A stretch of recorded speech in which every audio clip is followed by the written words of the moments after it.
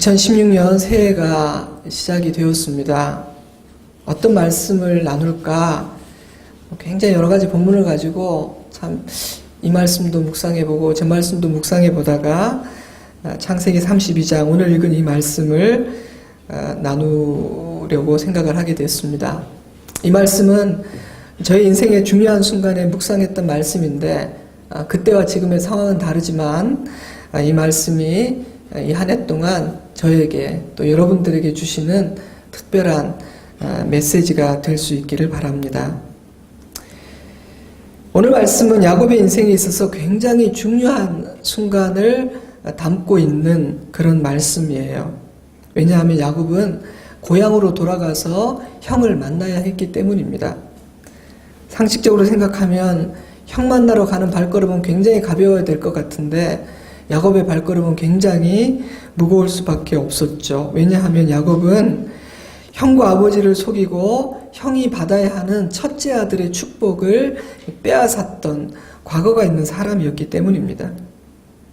창세기 27장 41절 그의 아버지가 야곱에게 축복한 그 축복으로 말미암아 에서가 야곱을 미워하여 심중에 이르기를 아버지를 곡할 때가 가까웠은즉 내가 내 아우 야곱을 죽이리라 하였더니 쉽게 풀어보자면 내가 아버지가 살아있는 동안은 참겠지만 아버지가 눈을 감기만 해봐라 내가 가만히 두지 않겠어 이런 말 아니겠습니까? 이 말을 듣고 깜짝 놀란 어머니 리브가는 야곱을 자기 오빠 라반의 집에 피신시킵니다. 그리고 형이 분노가 좀 가라앉으면 내가 그때 부를 테니까 그때까지 숨어 있으라고 말하죠. 그런데 리브가는 아들을 결국은 불러내지 못한 채로 눈을 감게 됩니다. 야곱은 사랑하는 어머니의 임종조차 지키지 못했던 것이죠. 그렇게 20년이란 세월이 흐르게 되고 시간이 흘러갔는데 마침 어느 날 갑자기 야곱이 이제는 이 외삼촌의 집에도 머무를 수 없는 불편한 상황이 생기게 됩니다. 창세기 31장 1절 야곱이 라반의 아들들이 하는 말을 들은즉 야곱이 우리 아버지의 소유를 다 빼앗고 우리 아버지의 소유로 말미암아 이 모든 재물을 모았다 하는지라 야곱이 라반의 안색을 본즉 자기에게 대하여 전과 같지 아니하더라. 여호와께서 야곱에게 이르시되 내 조상의 땅 내 족속에게로 돌아가라 내가 너와 함께 있으리라 하신지라. 야곱의 외삼촌이자 장인 어른인 라반의 안색이 변했던 이유는 하나님의 은혜로 야곱이 번성하자 그를 시기했던 라반의 아들들이 야곱을 모함했기 때문이었습니다. 야곱은 굉장히 불편하고 어려운 상황에 처하게 된 것이죠. 그때 하나님께서 야곱에게 나타나 이제는 네가 여기를 떠나서 고향으로 돌아갈 때가 됐다 이렇게 말씀을 하셨어요.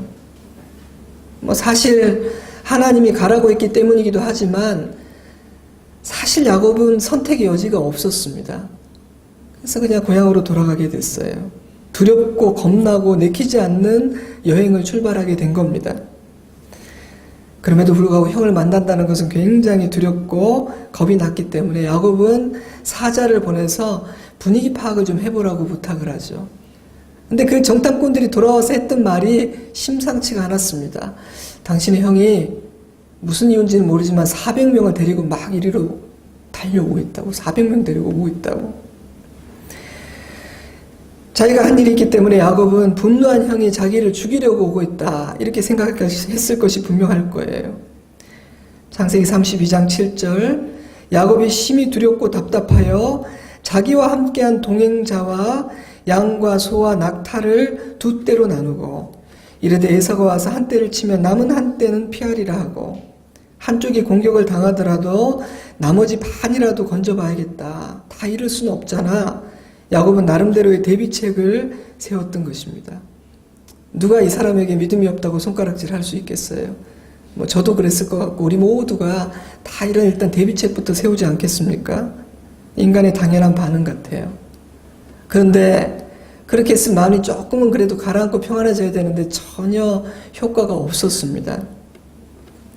아마 야곱 자신도 알았을 거예요. 내가 이렇게 대비는 했지만 이게 해결책은 아니야. 이걸 알았던 것 같습니다. 여러분 그래도 교회 다니고 하나님을 안다는 사람이 사방이 꽉꽉 막힌 것 같은 느낌이 들 때 할 수 있는 일이 뭘까요? 결국 기도 아니겠습니까? 그래서 야곱도 기도했어요. 그래도 그 밑바닥에 믿음의 뿌리가 있었던 야곱은 이 답답한 상황 가운데 하나님 앞에 엎드려 기도를 드리게 됩니다. 그 기도의 내용이 창세기 32장에 담겨 있는데 제가 10절부터 읽어드릴게요. 나는 주께서 주의 종에게 베푸신 모든 은총과 모든 진실하심을 조금도 감당할 수 없사오니 내가 내 지팡이만 가지고 이 요단을 건넜더니 지금은 2때나 이루었나이다. 내가 주께 간구하오니 내 형의 손에서 에서의 손에서 나를 건져내시옵소서. 내가 그를 두려워함은 그가 와서 나와 내 처자들을 칠까 겁이 나기 때문이니이다. 주께서 말씀하시기를 내가 반드시 내게 은혜를 베풀어 내 씨로 바다에 셀 수 없는 모래와 같이 많게 하리라 하셨나이다. 그래도 감사하게도 야곱이 그 답답하고 어려운 순간에 하나님이 자기에게 베푸신 은혜는 잊지 않고 있는 것 같아요. 감사합니다, 하나님. 그래도 이 상황까지 온 것이 하나님의 은혜입니다라고 감사하죠. 그런 다음엔 또 하나님이 자기에게 주셨던 약속의 말씀들을 하나하나 기억하고 있습니다. 이것도 참 훌륭한 내용이죠. 근데 제가 볼 때 참 이 기도에서 가장 핵심적이고 하고 싶었던 말은 11절 같아요. 내가 주께 간구하오니 내 형의 손에서 에서의 손에서 나를 건져내시옵소서. 내가 그를 두려워함은 그가 와서 나와 내 처자들을 칠까 겁이 나기 때문이니이다. 하나님의 약속도 알았고 돌아보니 내 인생 하나님이 붙들어 주셔서 내가 그래도 이렇게 많은 것들을 누리고 살았구나 하는 마음도 들었지만 형 얼굴만 떠올리면 그냥 평안이 계속 사라지고 너무 두려웠던 것입니다.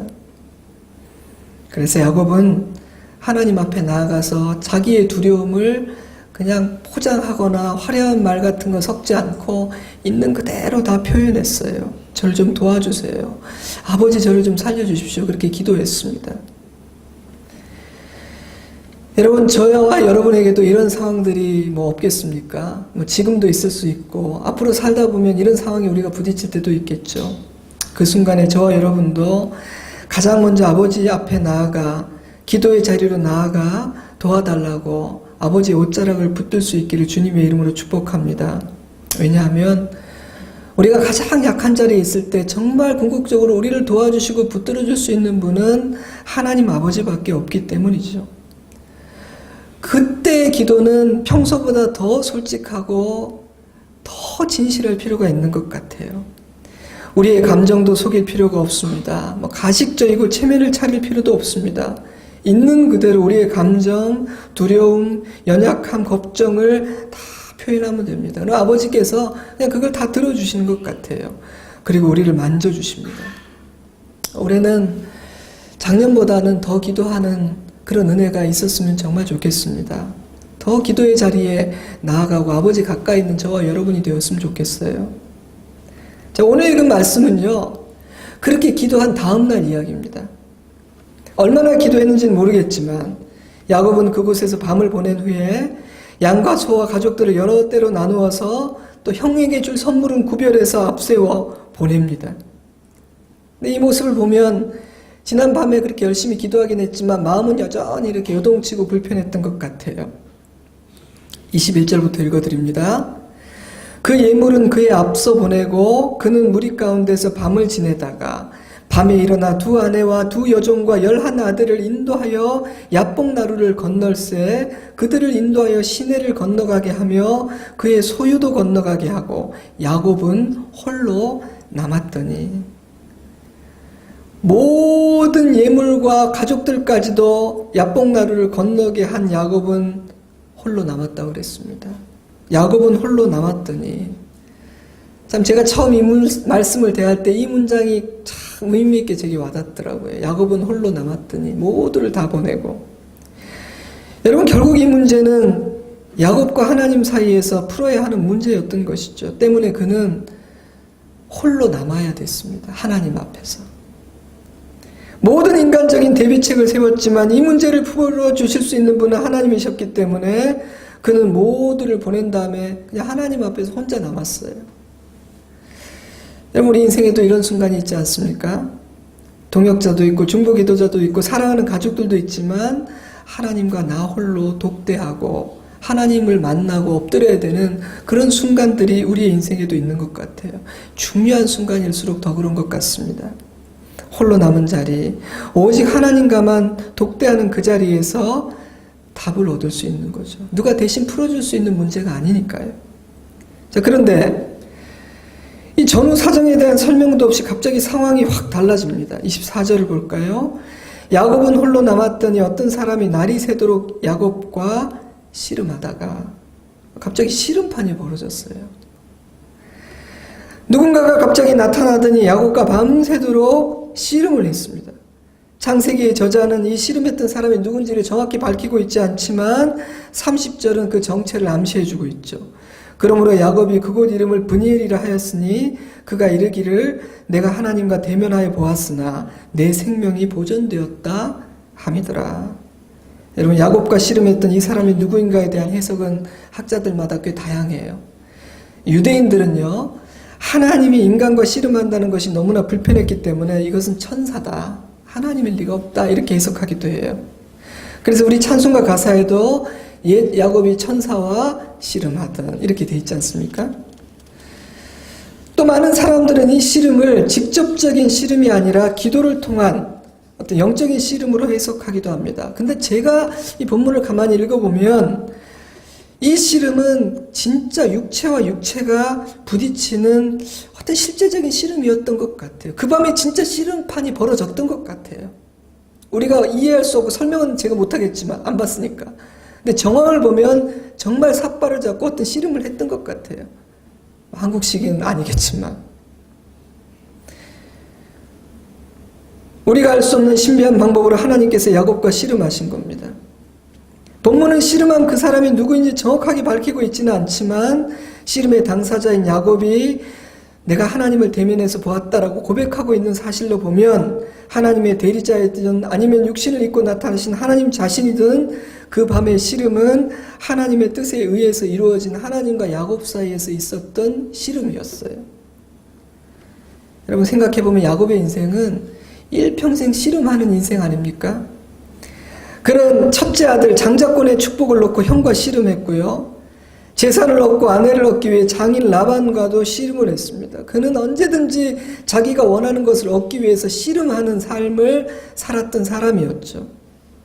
그랬던 그가 이제 앞뒤가 꽉 막힌 상황에서 그의 인생에서 진짜 중요하고 결정적인 씨름 한 판을 벌이게 됩니다. 근데 큰 차이가 있어요. 지금까지 싸움하고 씨름하고. 이 씨름은 하나님께서 한번 한판 붙자 했던, 하나님이 시작했던 그런 씨름이라는 것입니다. 자, 근데 더 놀라운 것은요, 그 사람이 날이 새도록 야곱을 이길 수가 없었어요. 참 이상한 일이죠. 창세기 32장 25절, 자기가 야곱을 이기지 못함을 보고 그가 야곱의 허벅지 관절을 치매 야곱의 허벅지 관절이 그 사람과 씨름할 때 어긋났더라. 아니, 어떻게 하나님이 사람을 이기지 못했을까요? 저는 그 이유는 단순하다고 생각했습니다. 야곱이 너무 세서가 아니라 하나님이 이기려고 하지 않으셨구나. 아버지가 6살짜리 아들과 팔심을 합니다. 아빠가 끙끙끙끙 하는 척을 하다가 탁 져주죠. 아, 우리 아들 다 컸네. 도저히 감당이 안 돼. 만약에 이 아들이 진짜 자기가 세서 이긴 줄 안다면 철이 완전히 없는 거죠. 그가 아무리 강인한 인간이라 할지라도 하나님을 대적해서 하나님을 꺾을 수 있는 사람은 없습니다. 그러므로 이 씨름이 밤이 새도록 계속된 이유는 야곱이 강했기 때문이 아니라 하나님께서 이 씨름을 쉽게 끝내지 않고 좀 길게 끌고자 하셨기 때문이었어요. 여러분, 하나님께서 하시는 모든 일에는 이유가 있지 않겠습니까? 그분이 의미 없는 일을 할까요? 그러므로 이 밤에 일어났던 이 씨름판에도 이유가 있는 겁니다. 아마도 야곱에게 하나님과 씨름하는 이 밤의 경험이 그의 이후의 일생을 위해서 필요했기 때문이겠죠. 여러분, 이 씨름은요, 우리의 삶에서도 이루어지는 이 씨름은 하나님께서 우리를 다루어 주시는 시간입니다. 그런데 이 씨름을 하는 동안 아직 우리는 하나님의 뜻에 온전하게 굴복되어 있는 상태는 아니죠. 100%의 믿음을 가진 상태도 아닙니다.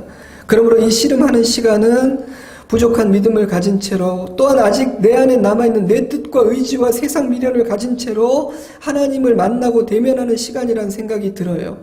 아직은 하나님의 뜻 앞에서 나의 뜻이 온전히 꺾이고 부서지지 못한 상태에 내 자아가 팔팔하게 살아있는 상태라는 뜻입니다. 그렇게 본다면 이 씨름은 하나님께서 우리의 자아를 다루시는 시간입니다. 우리의 생각과 의지를 당신이 뜻하시는 바대로 빚어내고 계신 시간인 것이죠. 생각해보면 우리 인생에도 이런 시간들이 있지 않습니까? 어느 하나님께서 우리에게 찾아와서 씨름을 거세요. 나하고 씨름 한번 할래? 근데 더 신기한 것은 하나님은 한 방에 우리를 그냥 집어 던지고 한판승 하실 수 있을 텐데 그렇게 쉽게 이기지 않고 시간을 끄시는 거예요. 그 이유는 하나님께서 우리를 충분히 다루시기 위해서가 아닐까 생각해 봅니다. 너무 빨리 끝나버리면 혹시라도 깨닫지 못할까봐, 혹시라도 기억하지 못할까봐, 훗날에도 회상하고 기억하고 새길 수 있도록 하나님께서 그렇게 충분한 시간을 가지시는 것 아닐까 하는 생각이 들어요. 우리의 생각보다 시간이 길어질 수는 있지만 그 씨름이 영원토록 계속되지는 않습니다. 왜냐하면 적절한 순간이 되면 하나님께서 우리의 엉덩이뼈를 치시기 때문이죠. 이전에 사용했던 개역 한글 성경은 25절 말씀을 이렇게 번역했습니다. 그 사람이 자기가 야곱을 이기지 못함을 보고 야곱의 환도뼈를 치매 야곱의 환도뼈가 그 사람과 씨름할 때에 위골되었더라. 개정개역 성경은 허벅지 관절이라고 번역을 했고요. 표준 세번역 성경이나 현대인의 성경은 엉덩이뼈라고 번역한 그곳, 하나님은 그 야곱의 환도뼈를 쳐서 위골시키셨어요. 그래서 이제 야곱은 더 이상 씨름을 할 수 없는 아주 무기력한 상태가 되어버린 것입니다. 저는 이 말씀을요, 하나님께서 이렇게도 한번 야곱을 이겨보려고 하고 저렇게도 이겨보려고 하다가 도저히 얘는 감당이 안 되는구나 싶어서 최후의 수단으로 환도뼈를 치는 방법을 택했다고 생각하지 않아요. 하나님은 처음부터 그렇게 하실 수 있었습니다. 하지만 단지 때를 기다리신 것뿐이다 하는 생각이 들더라고요. 처음부터 그렇게 한 방에 칠 수 있는데 기다려주신 거예요. 씨름을 밤새 하시면서. 저는 하나님께서는 우리도 그렇게 다루신다는 생각이 들었어요. 때를 기다리시면서 꺾이지 못한 우리의 뜻과 의지, 세상에 대한 미련과 욕심, 우리의 죄성과 더러움, 하나님을 의지하지 못하는 연약한 믿음을 다스리세요. 처음부터 이길 수 있지만 이기지 않으시는 것뿐입니다. 하지만 결정적인 순간이 되면 우리의 환도뼈를 치십니다. 환도뼈는요, 씨름하는 사람들의 균형을 유지해 줄 수 있는 굉장히 중요한 곳이기 때문에 그곳을 쳤을 때 야곱은 더 이상 힘을 쓸 수가 없었습니다. 무기력한 상태가 됐죠. 자, 그때 야곱이 무엇을 했습니까? 자기 앞에 서 계신 그분을 붙들고 또 간청하기 시작해요. 26절, 그가 이르되 날이 새려하니 나로 가게 하라. 날 좀 보내다오. 야곱이 이르되 당신이 내게 축복하지 아니하면 가게 하지 아니하겠나이다. 축복해주지 않으면 내 절대로 보낼 수 없습니다. 저는 이 말을 들으면서 참 야곱답다, 끝까지 야곱답구나 하는 생각이 들었어요. 그는 형에게 장자의 축복을 팥죽 주고 살려고 했죠. 아버지를 속여서 장자의 축복을 얻어내려고 했던 사람 아닙니까? 축복에 대해서만큼은 참 집요한 사람이었죠.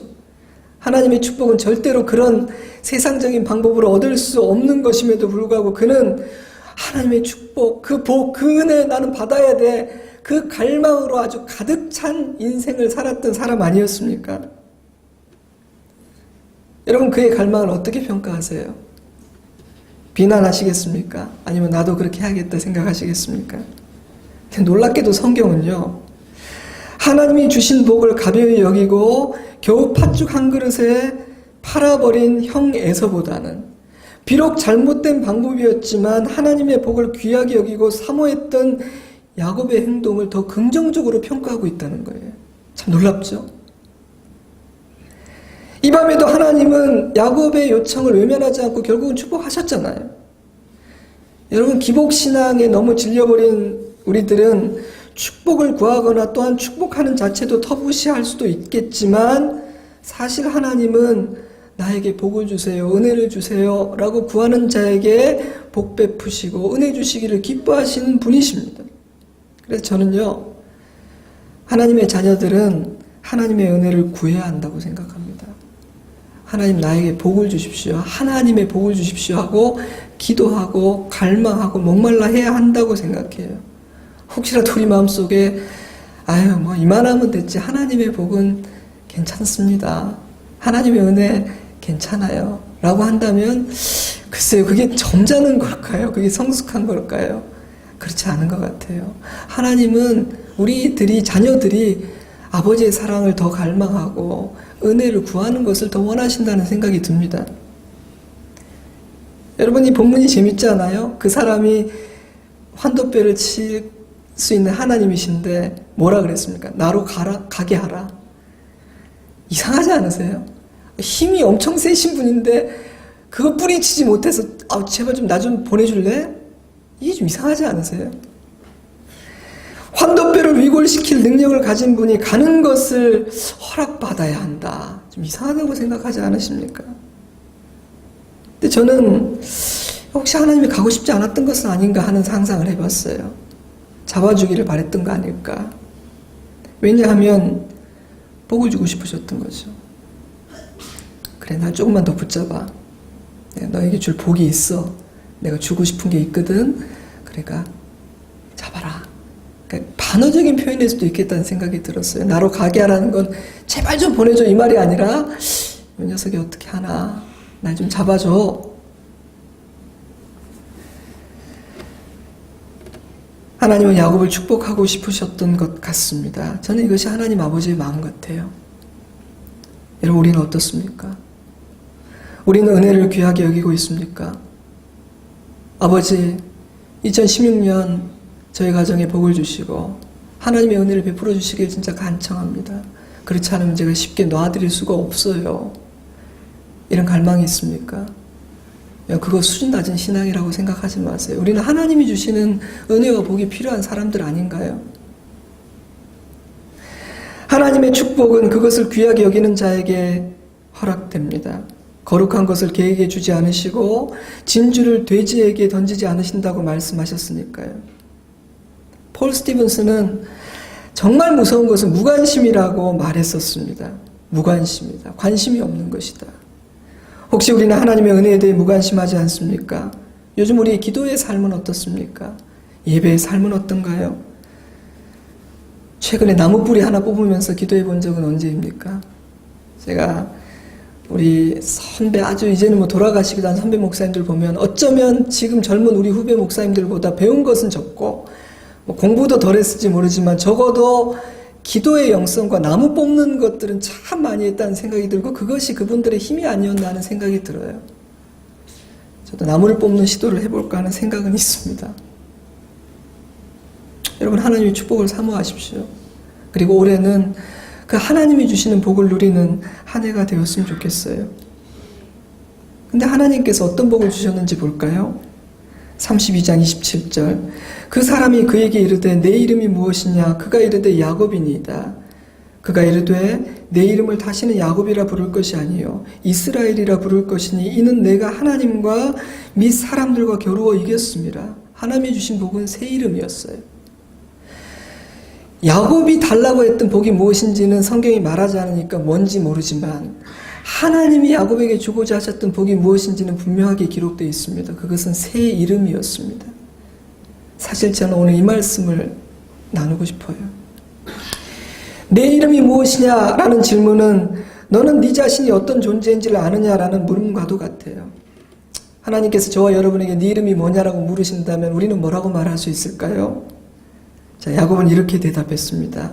예, 저는 제 자신을 잘 알고 있습니다. 저는 아버지와 형을 속인 부끄러운 자입니다. 낯을 들 수 없는 죄인이요 지렁이와 같은 존재죠. 예, 저는 야곱입니다. 이렇게 고백했습니다. 이 씨름을 통해 자기를 보게 된 거죠. 그런 야곱에게 하나님께서 주신 축복은요, 눈에 보이는 어떤 능력과 세상의 명예나 부귀 영화가 아니라 새로운 이름이었습니다. 야곱이라는 이름은 발 뒤꿈치를 잡은 자, 지렁이 같은 자, 속이는 자, 사기꾼이라는 의미를 가지고 있습니다. 그러나 그의 새 이름 이스라엘은 하나님의 존귀한 자, 하나님을 이긴 자라는 의미를 담고 있습니다. 하나님은 그에게 새 이름을 주심으로 새로운 정체성을 그에게 주고 싶으셨던 것이죠. 저는 그런 생각이 들었어요. 이제 야곱은 변화된 새 이름으로 형을 만나게 되는구나. 속이는 자로 출발했던 야곱은 이제 새 이름 이스라엘이라는 이름을 가진 자로 형과 대면하게 되는구나. 이것이 하나님이 그에게 주고자 하신 진정한 축복이었습니다. 사랑하는 성도 여러분, 하나님은 언제나 우리가 구하는 것보다 더 큰 것을 생각하고 계십니다. 야곱은 그저 형과의 관계만, 그 위기만, 그 순간만 잘 모면해 가기를 바랬지만, 그 관계만 어찌어찌 잘 풀리기만을 기도했지만, 하나님은 새 이름, 새로운 정체성, 새로운 삶을 주고 싶었던 것이죠. 하나님은 야곱이 처한 상황이 아니라 야곱을 만지고 싶으셨던 것입니다. 창세기 32장 31절, 그가 분이엘을 지날 때 해가 돋았고 그의 허벅다리로 말미암아 절었더라. 한번 상상해 보세요. 굉장히 묘하죠? 상황이. 그는 하나님의 도움을 받고 강해지기 위해서 기도를 했는데 기도가 끝나고 나니까 더 약해졌어요. 아이러니 아닌가요? 기도를 했더니 갑자기 막 천사가 나타나고 갑옷을 입고 막 세져야 되는데 이제는 뭐 도망도 못 가는 사람이 됐어요. 다리를 저니까요. 그러나 여러분, 이름이 바뀐 야곱은 육신은 약해졌지만 그 영이 강해졌어요. 창세기 33장 1절, 야곱이 눈을 들어보니 에서가 400명의 장정을 거느리고 오고 있는지라 그의 자식들을 나누어 레아와 라헬과 두 여종에게 맡기고 여종들과 그들의 자식들은 앞에 두고 레아와 그의 자식들은 다음에 두고 라헬과 요셉은 뒤에 두고 자기는 그들 앞에 나가되. 처음에 출발할 때 야곱이 어디에 있었습니까? 맨 뒤에서 있었거든요. 근데 지금은 어떻습니까? 맨 앞에 섰어요. 아직까지 어떤 의도로 그 400명이 오고 있는지 알지 못했지만 그 씨름과 환도뼈가 위골되는 사건을 통해서 야곱의 영이 강해지고 새로워졌던 것입니다. 창세기 32장 28절, 내 이름을 다시는 야곱이라 부를 것이 아니오 이스라엘이라 부를 것이니 이는 내가 하나님과 및 사람들과 겨루어 이겼음이라. 하나님은 네가 나를 이겼다라고 말씀하시지만 우리는 알고 있습니다. 이 싸움의 승자는 야곱이 아니라 하나님이세요. 왜냐하면 이 씨름은 야곱의 소원이 이루어지는 씨름이 아니라 야곱을 향한 하나님의 뜻이 완성되는 씨름이었기 때문입니다. 그러므로 승자는 하나님이셨어요. 이 씨름은 옛 야곱이 죽고 새 야곱이 태어나는 씨름이었습니다. 그러므로 야곱이 철이 들었다면 속으로 이렇게 생각했을 거예요. 저렇게 말씀하시지만 사실은 내가 이긴 게 아니라 하나님이 나를 이기신 거야. 하지만 철이 없었다면 아싸 내가 이겼다 이러고 다녔겠죠. 사랑하는 성도 여러분, 하나님의 뜻이 이루어지기 위해 나의 환도뼈가 위골되는 것은 축복인 줄로 믿으시길 바랍니다. 저는 실제로 이 씨름의 정체와 우리의 환도뼈가 위골되는 것이 무엇을 의미하는지 정확하게는 모르겠어요. 느낌은 오지만 정확하게는 모르겠어요. 어쩌면 그것은 하나님께서 씻겨져야 되는 내 안에 더러운 것들을 청소하고 씻어내는 작업인지도 모릅니다. 나의 고집과 자아를 꺾으시고 나를 낮추고 나를 죽이는 작업일 수도 있습니다. 아니면 내가 의지하는 세상적이고 인간적인 것들을 내려놓고 오직 주님만 붙들게 만드시는 그런 시간일지도 모르겠습니다. 그 일이 될 때까지 하나님은 충분하게 씨름을 하시는 것 같아요. 하지만 그 결과는 늘 좋은 선한 작업입니다. 저는 이용규 선교사님의 이야기가 생각났어요. 여러분 아마 들어보신 적이 있을 것 같은데, 이용규 선교사님이 이 몽골의 기독교 역사 다큐멘터리를 만들 계획을 했는데 영화 제작을 하려면 3,000km 이상의 여정을 움직여야 되는데 포장된 도로는 얼마 안 된대요. 그리고 뭐 너무너무 험난한 길이라 엄두를 낼 수 없었는데요. 그래도 한번 해보자 도전할 수 있었던 이유는 남해라는 정말 믿을 수 있고 실력 좋은 운전기사가 있었기 때문이라고 해요. 나침반이 없이도 하늘의 별의 방향을 보고 길을 찾는 방향감각, 성실함, 어떤 험한 길도 통과해낼 수 있는 운전 실력, 엔진에 문제가 생기면 엔진 자체를 전부 다 분해해서 재조립할 수 있는 정비 실력, 그리고 충성스러운, 그래, 이 친구와 함께라면 이 여정을 감당할 수 있을 거야.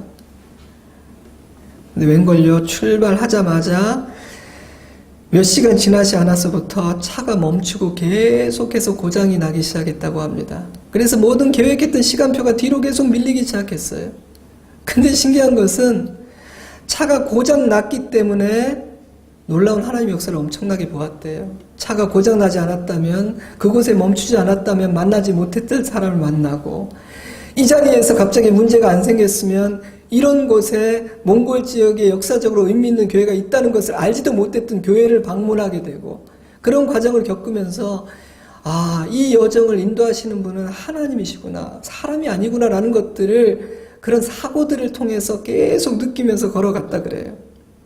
그런데 어느 날 결정적으로 차가 완전히 퍼져버렸습니다.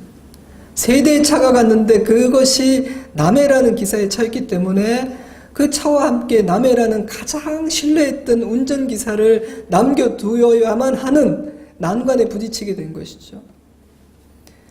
그 밤에 선교사님은 약박나루에 홀로 남아 기도하는 야곱처럼 하나님 앞에 엎드려 기도를 했다고 합니다. 하나님, 이거 어떻게 해야 됩니까? 저 사람 없이 이게 되겠습니까? 남해라는 기사. 제가 그 책의 내용을 읽어드립니다. 하나님, 어떻게 해야 됩니까? 이 일정을 포기해야 됩니까? 그때 하나님이 주신 생각은 이것이었다. 이때부터 내가 일하기 시작하겠다. 내가 일하기 시작하겠다. 이제 내가 일하마. 내가 의지했던 것을 다 내려놓은 다음부터 하나님께서 일하시겠다는 말씀이었다. 돌아보니 나는 여행 중 운전기사 남해를 의지해왔다는 사실을 깨닫게 되었다. 하나님께서는 당신이 이 여행의 가이드가 되시기 위해서 내가 가장 의지했던 대상을 나에게서 잠시 떼어놓기로 결정을 하신 것이었다. 제가 왜 이것이 생각났냐면, 어쩌면 이것도 환도표를 치시는 작업 중에 하나일 수 있겠다는 생각이 들었어요. 아, 이것도 환도표를 치는 작업 중에 하나일 수 있겠다. 이 어느 책에서 읽은지 기억이 안 나가지고 막 찾다가 못 찾았는데, 우리 능력자 진화산 목사님께서 인터넷에 딱 뒤져서 찾아줘가지고 제가 오늘 인용을 할 수 있게 된 거예요. 몇 년 전에 제가 처음 이 글을 읽었을 때 제가 진짜 심각하게 물었던 기억이 있습니다. 나의 남해는 누구인가? 나의 남해는 누구인가? 그러면서 그때 그런 생각을 했어요. 내가 하나님을 의지하지 않고 남해를 의지한다면 하나님께서 내 삶에서 남해를 잠시 이렇게 떼어놓을 수도 있겠구나. 그러니까 내가 사랑하는 사람들과 오랫동안 함께 하려면 내가 사람을 의지하지 않고 하나님을 의지해야겠구나. 내가 잘해야겠구나. 이 생각이 참 많이 들었어요. 사랑하는 성도 여러분, 하나님께서 야곱의 환도뼈를 치셨다는 그것이 우리에게 무엇을 의미하든지 간에 저는 2016년 한 해 동안 저와 여러분의 삶 가운데 하나님이 하고 싶으신 그 일들을 다 행하셨으면 좋겠다는 기도를 드립니다. 환도뼈를 치셔야 되면 치시고, 왜냐하면 우리가 힘을 쓰지 못하게 될 때 우리가 진짜 새 사람이 됩니다. 나의 능력이 아니라 하나님의 능력으로 살 수 있게 되고 나를 내려놓고 하나님의 은혜와 축복만을 갈망할 수 있기 때문이죠. 여러분, 이 모든 이야기의 결론은 이렇습니다. 33장을 보면 겁나게 달려오던 에서와 400명은요 알고 봤더니 환영하려고 오는 거였어요. 가족들을 너무 따뜻하게 맞아줬습니다. 죽이려고 오는 게 아니었습니다.